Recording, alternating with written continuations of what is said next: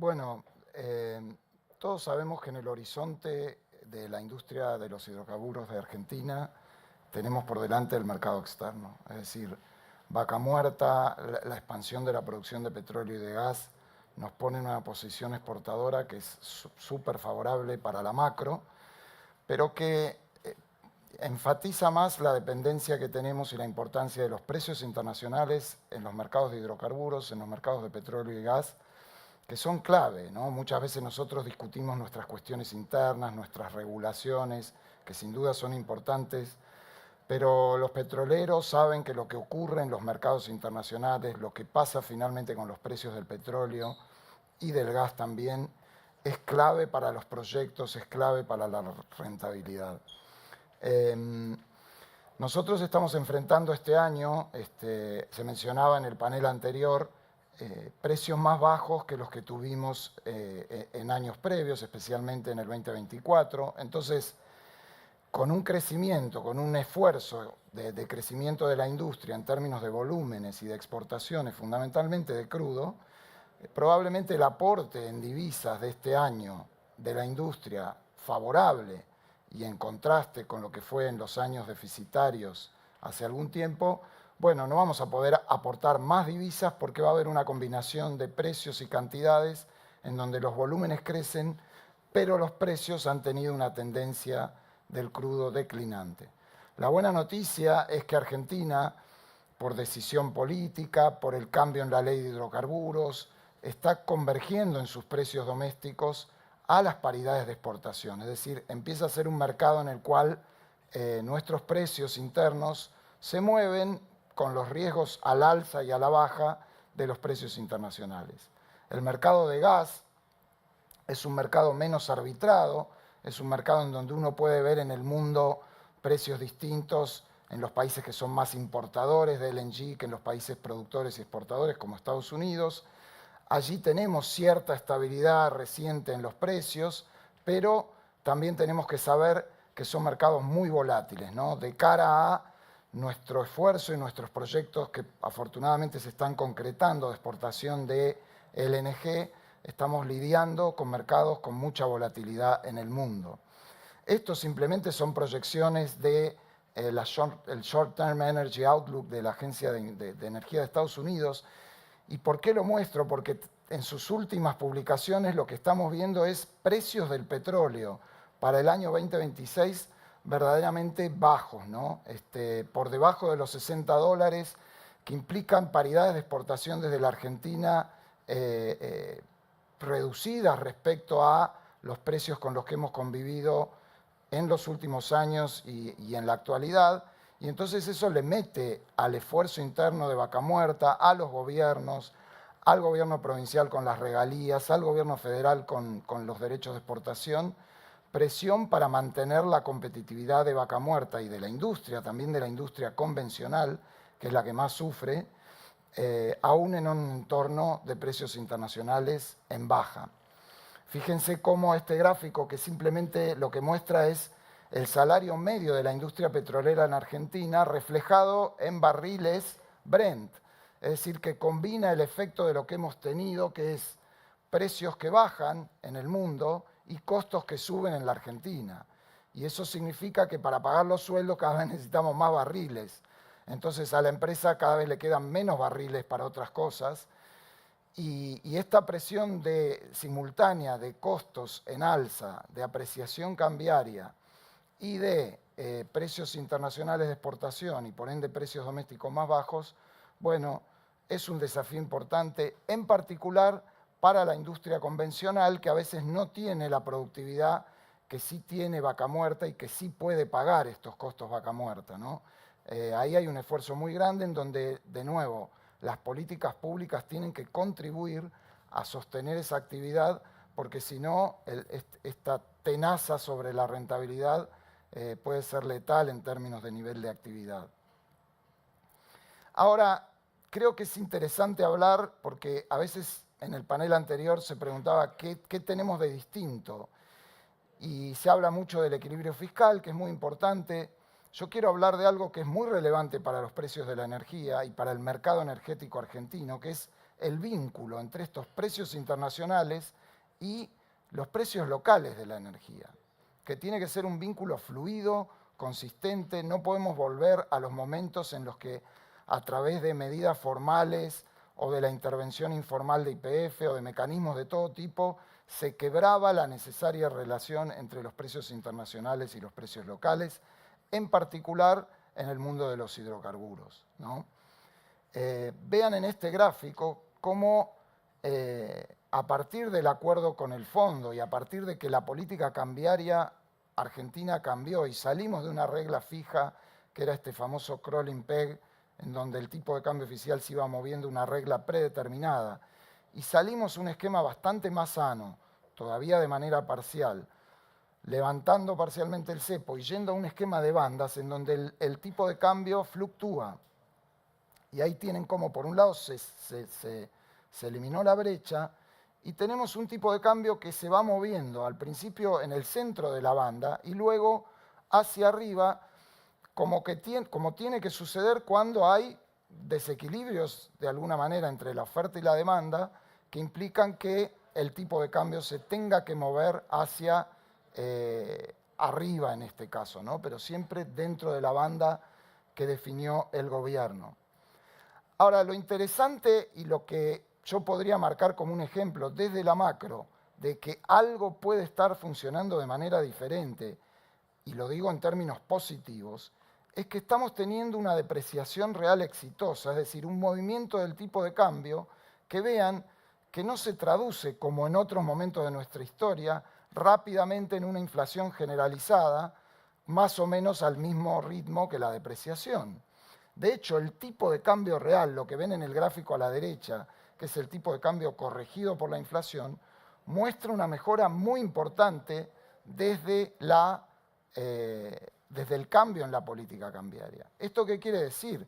Que la flexibilidad cambiaria ha contribuido a corregir, al menos parcialmente, ese fenómeno de apreciación real del peso, de encarecimiento de la economía argentina en dólares, que estaba provocando flujos de comercio ya que nos conducían hacia un déficit externo, ¿no?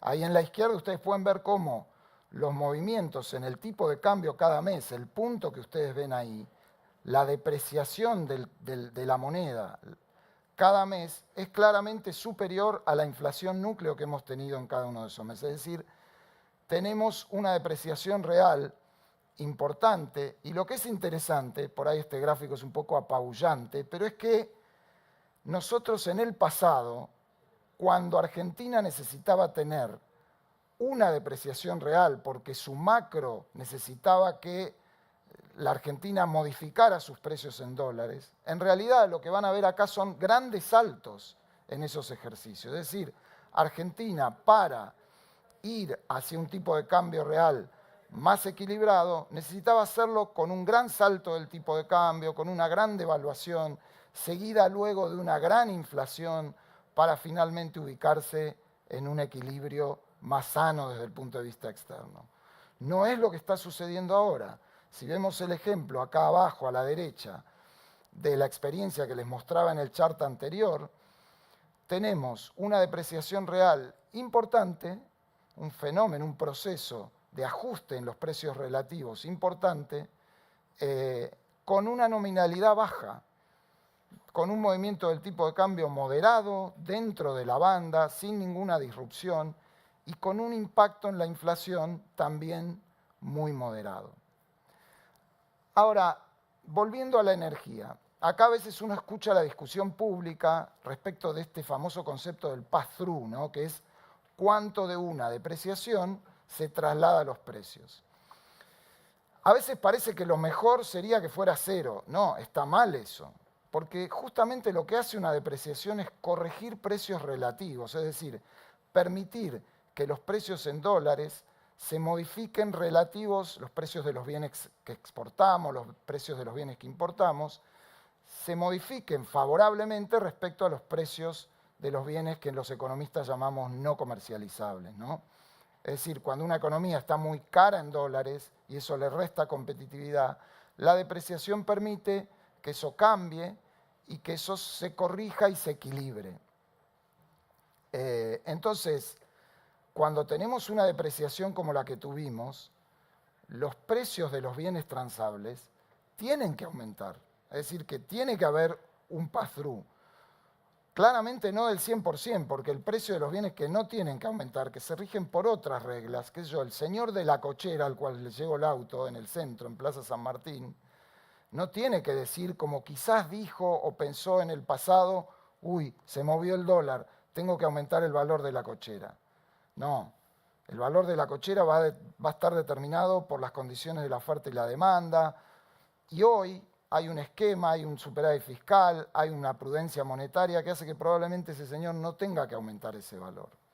Ahora, los precios de la energía, que están muy dolarizados, especialmente los precios de los hidrocarburos y los precios de la energía eléctrica que tienen contratos dolarizados, sí tienen que aumentar. Justamente la depreciación apunta a eso, a que el precio relativo de esos bienes respecto a otros bienes de la economía mejore.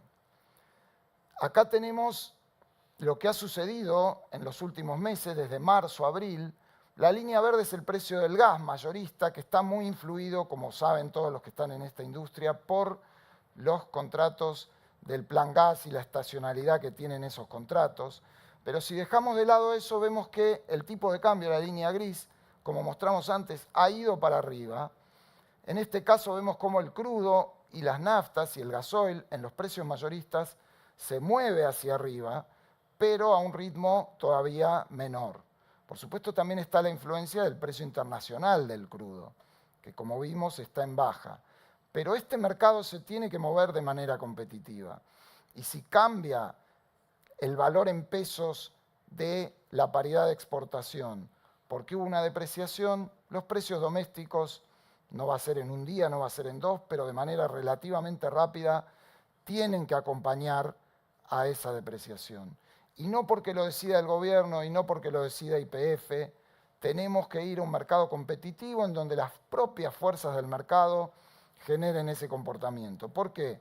Porque si hay competencia, si hay múltiples productores, si el precio de exportación es mejor, todos van a querer exportar. Y el precio interno entonces también se va a arbitrar. Algo de eso estamos viendo en este momento en el que estamos teniendo una depreciación real sana y relativamente estable. Esperemos que este proceso continúe. Quiero dedicarle también algunos minutos a lo que pasa en el sistema eléctrico, tan importante para la Argentina, tan importante en términos de los subsidios, y donde hemos hecho, el gobierno ha encarado un ajuste fenomenal en los últimos tiempos.